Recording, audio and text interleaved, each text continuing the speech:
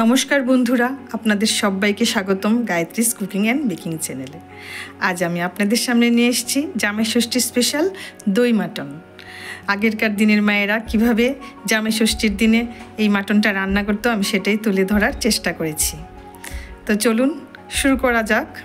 প্রথমে আমি একটা বোলে কয়েকটা শুকনো লঙ্কা নিয়ে জল দিয়ে ভিজিয়ে রেখেছি 10 মিনিট।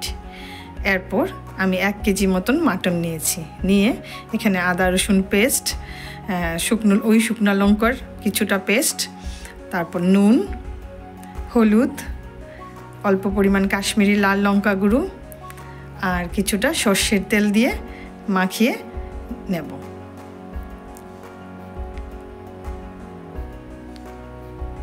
এটা মাখিয়ে আমি 10 মিনিট মতো ঢেকে রেখে দেব। 10 মিনিট পরে আমি এতে দিয়ে দেব 100 গ্রাম টক দই, দিয়ে আবার এটাকে ভালো করে মাখিয়ে আমি আধা ঘন্টার মতো ম্যারিনেট করে রাখব।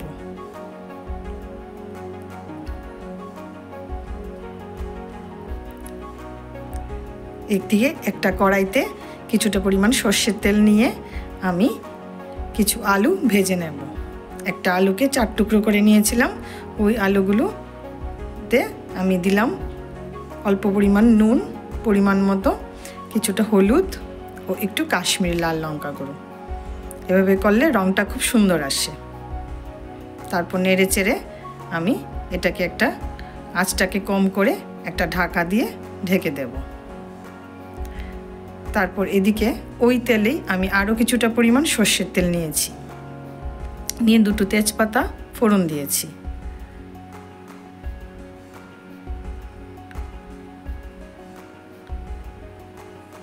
তারপর এতে দিয়েছি 4-5টা ফাটানো এলাচ ও 4-5 টুকরা দারচিনি।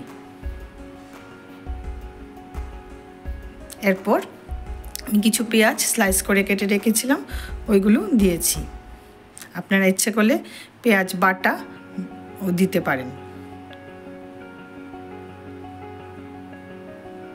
পেঁয়াজ দিয়ে আমি কিছুক্ষণ পেঁয়াজটাকে ভাজবো।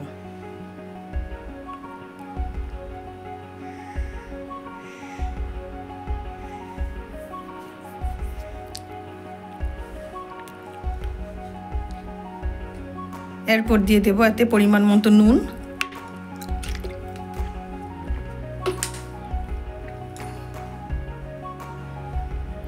দিয়ে দেবো কয়েকটা কাঁচা লঙ্কা চেরা,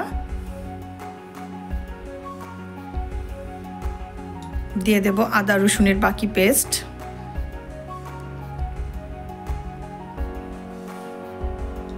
দেব 2 চামচ জিরার গুঁড়ো, 2 চামচ ধনে গুঁড়ো, 1 চামচ পরিমাণ মতো কাশ্মীর লাল লঙ্কা গুঁড়ো, 1 চামচ মতন হলুদ দিয়ে ভালো করে এগুলিকে ভাজবো।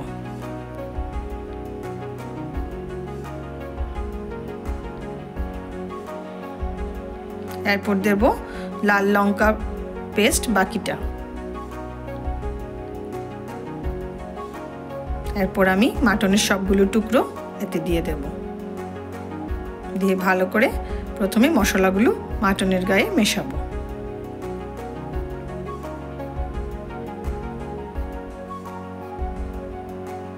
তারপর ভালো করে নাড়াচাড়া করব।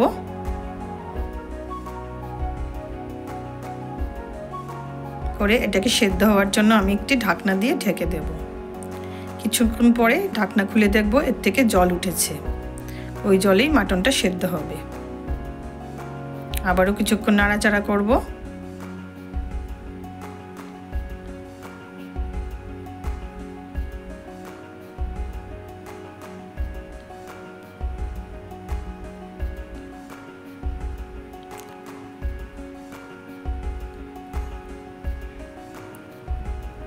এরপর আমি এতে দিয়ে দেব কয়েকটা আস্ত পেঁয়াজ ও কয়েক কোয়া রসুন,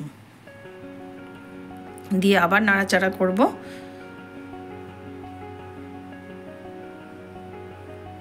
করে আবারও একটি ঢাকনা দিয়ে ঢেকে দেব।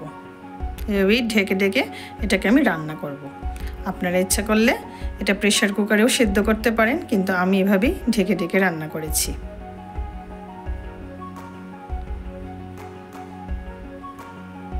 আবারও ঢেকে দিলাম।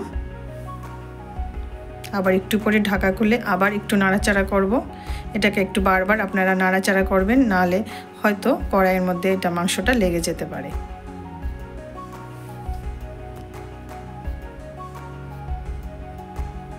এরপর দিয়ে দেব আলু, ভেজে রাখা আলুগুলো দিয়ে আবারও নাড়াচাড়া করব।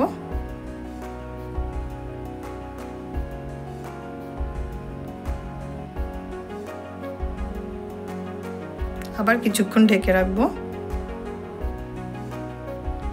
ঢাকা খুলে আবার এগুলিকে নাড়াচাড়া করব।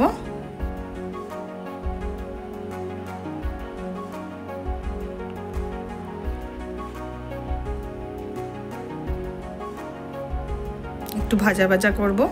এরপর দিয়ে দেব গোলমরিচ পাউডার অল্প পরিমাণে।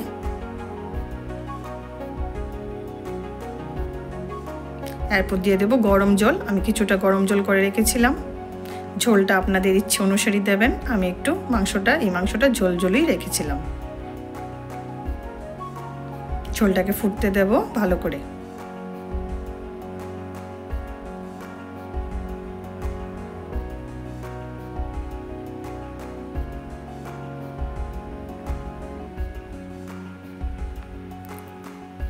এরপর দিয়ে দেব আমি অল্প কসুরি মেথি হাতে ক্রাশ করে।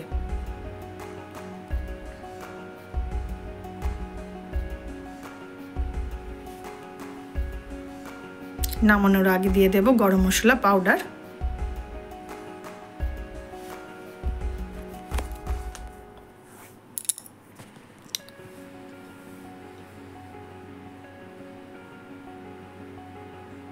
আবার কিছুক্ষণ ফুটবে।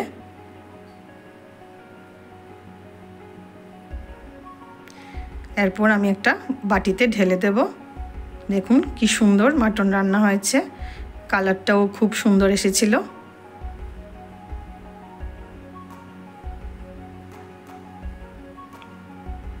তো বন্ধুরা, কেমন লাগলো জামাই ষষ্ঠী স্পেশাল মাটন? আপনারা এটি গরম ভাতের সাথে ট্রাই করবেন, খুব ভালো লাগবে।